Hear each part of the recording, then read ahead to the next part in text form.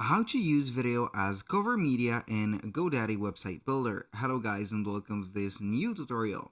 In today's video I'm going to show you how you can add a video as a cover for your media section into your GoDaddy website.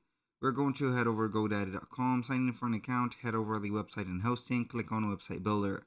Once we have did that, we're going to visit my products within your account, as you can see like that, and it is going to show you all the websites that you have.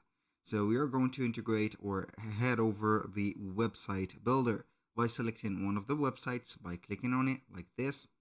Then we are going to find the dashboard of that website and we're going to ignore this plan, click on edit website and wait for the website builder to load up.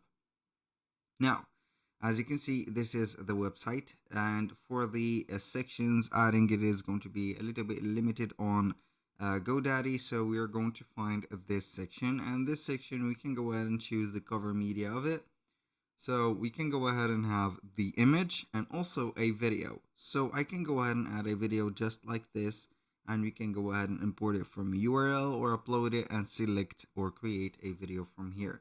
You can describe your video, change it from here, and then you can play video on mobile devices or not. It is going to be up to you, or let it as a PNG, and here you go. So that was for this section.